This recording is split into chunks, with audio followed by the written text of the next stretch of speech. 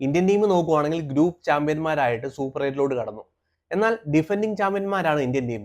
ഒരു ഡിഫെൻഡിങ് ചാമ്പ്യന്മാരായ ഒരു ടീം അസോസിയേറ്റഡ് ടീമിനോട് കളിക്കുന്ന ഒരു പെർഫോമൻസ് ആണോ ഇന്ത്യൻ നമീബിയക്കെതിരെയും USA-ക്കെതിരെയും ഇന്ന് നെതർലാൻഡിനെതിരെയും കാഴ്ചവെച്ചതെന്ന് ചോദിച്ചു കഴിഞ്ഞാൽ അറിയാൻ വയ്യ. ഇന്ത്യ ഒരു തമാശയ്ക്ക് കളിച്ചതുപോലൊക്കെ തോന്നുന്നു ഒരു മത്സരം. പാകിസ്ഥാനെതിരെ നോക്കുവാണെങ്കിൽ നല്ല സീരിയസിൽ കളിച്ചു, സിറ്റുവേഷൻ അനുസരിച്ച് കളിച്ചു. പക്ഷേ ഇന്നത്തെ മത്സരത്തിലോട്ട് വരുവാണെങ്കിൽ ഇന്നത്തെ പിച്ചിൽ എന്ത് ഭൂതമായിരുന്നു ഒളിച്ചിരിക്കുന്നത് ഒരു പിടിയും കിട്ടുന്നില്ല. ശക്തിമാനായ ശിവൻ ഡുബെ വന്നിട്ട് ഈസി ആയിട്ട് കളിക്കും. നെതർലാൻഡിന്റെ ബാറ്റ്സ്മാൻമാരും ഓൾറൗണ്ടർമാരും വന്ന് ഈസി ആയിട്ട് ബാറ്റ് ചെയ്യുന്നു. പക്ഷെ തിലക് വർമ്മയും സൂര്യകുമാർ യാദവും ആങ്കർ ഇന്നിങ്സ് കാഴ്ചവെക്കുന്നു. പാകിസ്ഥാനെതിരെ കളിച്ച ഒരു ഇന്നിങ്സ് നോക്കുവാണെങ്കിൽ പോട്ടെന്ന് നോക്കാം. പിച്ച് അങ്ങനെ ആയിരുന്നു, വളരെ സ്ലോയിഷ് ആയിട്ടുള്ള ഒരു പിച്ചായിരുന്നു. പക്ഷെ അഹമ്മദാബാദിലെ കൂട്ട് ബ്ലാക്ക് സോയിൽ പിച്ചിൽ ഇത്രമാത്രം ഒരു സ്ലോ ഇന്നിങ്സ് കളിക്കേണ്ട ആവശ്യം എന്തുമായിരുന്നു എന്ന് ഒരു പിടിയും കിട്ടുന്നില്ല. ആദ്യത്തെ പവർ പ്ലേയിൽ നോക്കുവാണെങ്കിൽ ഇന്ത്യക്ക് ഒരു ഭേദപ്പെട്ട സ്കോർ ഉണ്ട്. 51 റൺസിൽ 2 വിക്കറ്റ് പോയി. 10ാമത്തെ ഓവറിലോട്ട് വരുവാണെങ്കിൽ 74-ൽ 3 വിക്കറ്റ് പോയി. സൂര്യകുമാർ യാദവും തിലക് വർമ്മയും കൂടെ ചേർന്ന ഒരു പാർട്ണർഷിപ്പ് ഉണ്ട്. 28 ബോളിൽ നിന്ന് 30 റൺസ്, അതായത് ഒരു 5 ഓവർ അവർ കളിച്ചു. 5 ഓവറിൽ അവർ എടുക്കുന്ന റൺസ് എന്ന് പറഞ്ഞാൽ 30 റൺസ്. രണ്ടുപേരും ഒരേ രീതിയിൽ വന്നിട്ട് ആങ്കർ ഇന്നിങ്സ് കളിക്കുന്നു. ഇന്നത്തെ ഒരു പിച്ചിൽ ഇന്നത്തെ നോക്കുവാണെങ്കിൽ നോക്കൌട്ട് മാച്ച് അല്ല. ഇന്ന് നോക്കുവാണെങ്കിൽ ഇന്ത്യക്ക് ഒരു വാം അപ്പ് മാച്ച് പോലെ ആയിരുന്നു.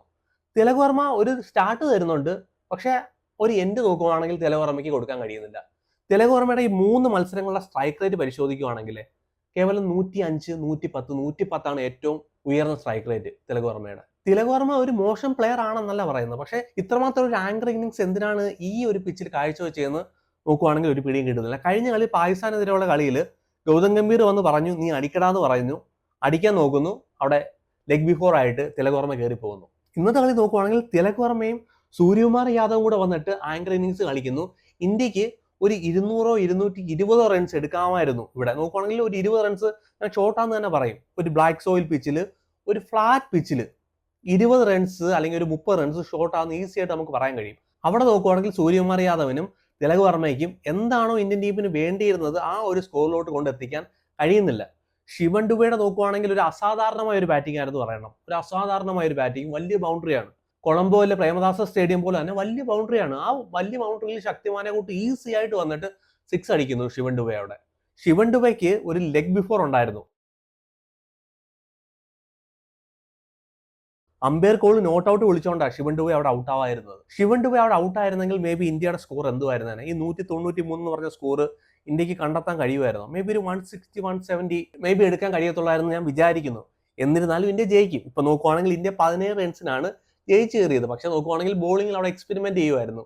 ബുംറയുടെ ഒരു ഓവർ ബാക്കിയുണ്ട്, അർഷ്ദീപ് സിംഗിന്റെ ഒരു ഓവർ ബാക്കിയുണ്ട്, വരുൺ ചക്രവർത്തിയുടെ ഒരു ഓവറും ബാക്കിയുണ്ട്. വരുൺ ചക്രവർത്തി നോക്കുമെങ്കിൽ മനോഹരമായിട്ട് ബോൾ ചെയ്തു 3 വിക്കറ്റ് എടുത്തു. എന്താണെന്നറിയില്ല, സൂര്യകുമാർ യാദവിന് വരുൺ ചക്രവർത്തി 5 വിക്കറ്റ് എടുക്കുമെന്നുള്ളൊരു പേടിയാന്ന് തോന്നുന്നു. നീ നെതർലാൻഡിനെതിരെ 5 വിക്കറ്റ് ഒന്നും എടുക്കണ്ട എന്നുള്ള മട്ടിലുള്ള ഒരു പ്രകടനമായിരുന്നു സൂര്യകുമാർ യാദവ് വരുൺ ചക്രവർത്തിയോട് കാഴ്ചവെച്ചത്. പക്ഷേ പാകിസ്ഥാനെതിരെയും അത് തന്നെയായിരുന്നു കാഴ്ചവെച്ചത്. പാകിസ്ഥാനെതിരെ 3 ഓവറേ കൊടുത്തുള്ളൂ. നീ പാകിസ്ഥാനെതിരെ 5 വിക്കറ്റ് എടുക്കണ്ട എന്നുള്ളൊരു മട്ടിലുള്ള ഒരു പ്രകടനമാണ് സൂര്യകുമാർ യാദവ് വരുൺ ചക്രവർത്തിയോട് കാഴ്ചവെച്ചത്.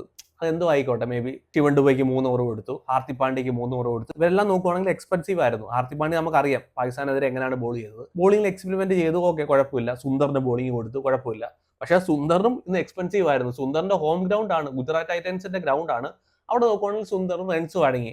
അക്ഷർ പട്ടേൽ എന്ന് പറഞ്ഞ ഇന്ത്യയുടെ വൈസ് ക്യാപ്റ്റനെ പുറത്തിരുത്തിയിട്ടാണ് സുന്ദറിനെ കൊണ്ടുവന്നത്. സുന്ദറിനെ എന്തിനാണോ കൊണ്ടുവന്ന ആ റോള് സുന്ദറിന് ഫുൾഫിൽ ചെയ്യാൻ കഴിഞ്ഞോ എന്ന് ചോദിച്ചാൽ അറിയില്ല. പക്ഷേ ബെഞ്ചിലിരിക്കുന്നവരെ എല്ലാവർക്കും ഒരു മാച്ച് ടൈം കൊടുക്കാനായിരിക്കും കൊണ്ടുവന്നത്. സോ ബോളിങ്ങിൽ ഒരു കൺസേൺ ഇല്ല. 17 റൺസിനാണ് തോറ്റെങ്കിൽ ഇന്ത്യ അവിടെ എക്സ്പെരിമെന്റ് ചെയ്യുമായിരുന്നു ബോളിങ്ങിൽ. 107 റൺസ് ആണെങ്കിൽ ഞാൻ വിചാരിക്കുന്നു ഇന്ത്യക്ക് ഇവിടെ ജയിച്ച് കയറാൻ കഴിയുമെന്ന്. പക്ഷേ ഇവിടുത്തെ ഒരു കൺസേൺ എന്ന് പറഞ്ഞാൽ തിലക് വർമ്മ, സൂര്യകുമാർ യാദവിന്റെ ബാറ്റിംഗ് ഓർഡർ. നമ്പർ 3, നമ്പർ 4 2 പ്ലേയേഴ്സും വന്നിട്ട് ആങ്കർ ഇന്നിങ്സ് കളിക്കുകയാണെങ്കിൽ സൗത്ത് ആഫ്രിക്കയെ കൂട്ടുള്ള ഒരു ടീം നോക്കുവാണെങ്കിൽ 15ാമത്തെ ഓവറിൽ ഇന്ത്യയുടെ സ്കോർ 118-ൽ 4 റൺസ്. അവിടെ നിന്നാണ് ശിവൻ ഡുബെ ഹാർദിക് പാണ്ഡ്യയും കൂടെ ചേർന്ന് 35 ബോളിൽ നിന്ന് 76 റൺസ് എടുത്തത്. 36 ബോളിൽ നിന്ന് 76 റൺസ് എടുത്തു. കളിയെ കൊണ്ടുപോയ പോക്ക് കണ്ടായിരുന്നു. ആ ഒരു 76 റൺസാണ് ക്രൂഷ്യൽ ആയതും. പക്ഷേ അതേ സെയിം സ്ഥാനത്ത് 28 ബോളിൽ നിന്ന് 30 റൺസ് എടുക്കുന്ന സൂര്യകുമാർ യാദവും തിലക് വർമ്മയെ എന്നെ സംബന്ധിച്ചിടത്തോളം ചെറിയൊരു കൺസേൺ ഉണ്ട്. മത്സരം എല്ലാം കഴിഞ്ഞ് ഗ്രൂപ്പ് 8 പോകുമ്പോഴത്തേന് വേറെ ഒരു മത്സരം കാഴ്ചവെക്കുമായിരിക്കും, നല്ലൊരു ബാറ്റിംഗ് കാഴ്ചവെക്കുമായിരിക്കും. പക്ഷെ ഇത്രത്തോളം സ്ട്രഗിൾ ചെയ്ത് സ്ലോയിഷ് അല്ലാത്ത ഒരു പിച്ചിൽ, ബ്ലാക്ക് സോയിൽ പിച്ചിൽ 200 എന്നൊക്കെ പറഞ്ഞാൽ ചേസ് ഓണാണ് അഹമ്മദാബാദിലെ കൂട്ടുള്ള ഒരു പിച്ചിൽ. അടുത്ത കളി നമുക്ക് സൗത്ത് ആഫ്രിക്കയെതിരെയാണ് കളിക്കാനുള്ളത്. സൗത്ത് ആഫ്രിക്ക നോക്കുവാണെങ്കിൽ നല്ല ഫോമിലാണ്, മാക്ര നല്ല ഫോമിലാണ്, സ്റ്റബ്സ് നല്ല ഫോമിലാണ്, മില്ലർ കുഴപ്പമില്ലാത്ത ടച്ചിലാണ്, അതുപോലെ തന്നെ ബ്രേവിസ് തരക്കേടില്ലാത്ത ഫോമിലാണ്. സോ നോക്കുവാണെങ്കിൽ ഓവറോൾ നല്ലൊരു ടീം തന്നെയാണ് സൗത്ത് ആഫ്രിക്ക. സൗത്ത് ആഫ്രിക്കയ്ക്കെതിരെയൊക്കെ ഇങ്ങനെ ഒരു പെർഫോമൻസ് കാഴ്ചവെച്ചാൽ സൗത്ത് ആഫ്രിക്കയ്ക്ക് ഒരു ചാൻസ് തരുമോ എന്നുള്ളത് കണ്ടറിയണം. നബീബയ്ക്കെതിരെ ഹാർദിക് പാണ്ഡ്യ രക്ഷകനായിട്ട് വന്നു. USA-ക്കെതിരെ സൂര്യകുമാർ യാദവിന്റെ ഒറ്റയാൾ പോരാട്ടം രക്ഷകനായിട്ട് വന്നു. സൂര്യകുമാർ യാദവിന്റെ ക്യാച്ച് അവിടെ എടുത്തിരുന്നെങ്കിൽ ആ മാച്ചിന്റെ റിസൾട്ട് എന്താണെന്ന് എനിക്കറിയില്ല. പാകിസ്ഥാനെതിരെ നോക്കുവാണെങ്കിൽ ഇഷാൻ കിഷന്റെ ബാറ്റിംഗ്. ഇന്നത്തെ കളി നോക്കുവാണെങ്കിൽ ശിവൻ ദുബെയുടെ ബാറ്റിംഗ്. ഓരോ കളിയിലും ഓരോ രക്ഷകന്മാരുണ്ട് ഇന്ത്യൻ ടീമിന്, ഇല്ലെന്നല്ല. പക്ഷെ നമ്മൾ എന്താണോ എക്സ്പെക്ട് ചെയ്തത് ഒരു ചാമ്പ്യൻ ടീമിന്റെ ആ ഒരു പെർഫോമൻസ് ഗ്രൂപ്പ് സ്റ്റേജിൽ കിട്ടിയില്ല. മേ ബി അത് സൂപ്പർ 8-ൽ നമുക്കത് കിട്ടുമായിരിക്കും. ഇന്ത്യ ഇങ്ങനെ കളിക്കത്തില്ലായിരിക്കും, ഇച്ചിരിയും കൂടെ ബെറ്റർ ആയിട്ട് ഇന്ത്യ കളിക്കുമായിരിക്കും. പക്ഷെ ചില കൺസേൺ അവിടെ ഉണ്ട്. അതുപോലെ തന്നെ എല്ലാ ടീമും ഇപ്പം നോക്കുന്നത് ഇന്ത്യക്കെതിരെ പവർ പ്ലേക്കകത്ത് തന്നെ സ്പിന്നർമാരെ കൊണ്ടുവരുന്നു. ഇന്നും പവർ പ്ലേക്കകത്ത് ആര്യൻ വന്ന് നല്ലപോലെ മനോഹരമായിട്ട് ബോൾ ചെയ്തു. 2 വിക്കറ്റ് ആര്യൻ വന്ന് അവിടെ എടുത്തു. അഭിഷേക് ശർമ്മയുടെ വിക്കറ്റ് എടുക്കുന്നു, അതുപോലെ തന്നെ ഇഷാൻ കിഷന്റെ വിക്കറ്റ് എടുക്കുന്നു. സോ പവർ പ്ലേക്കകത്ത് തന്നെ 2 റൈറ്റ് ഹാൻഡ് സ്പിന്നർമാരെ കൊണ്ടുവരുന്നു, ഓഫ് ബ്രേക്ക് ബോളർമാരെ കൊണ്ടുവരുന്നു. ഇന്ത്യൻ ടീമിൽ നോക്കുവാണെങ്കിൽ മറ്റൊരു പ്രശ്നം എന്ന് പറഞ്ഞാൽ ഒരുപാട് ലെഫ്റ്റ് ഹാൻഡർമാരുണ്ട്. ടോപ്പ് ഓർഡർ നോക്കുവാണെങ്കിൽ സൂര്യകുമാർ യാദവ്, ഹാർദിക് പാണ്ഡ്യ കഴിഞ്ഞാൽ ഒക്കെയെല്ലാം ലെഫ്റ്റ് ഹാൻഡർമാരാണ്. സോ വലിയ മിസ്റ്ററി സ്പിന്നർ ആവശ്യമൊന്നുമില്ല ടീമുകൾക്ക്.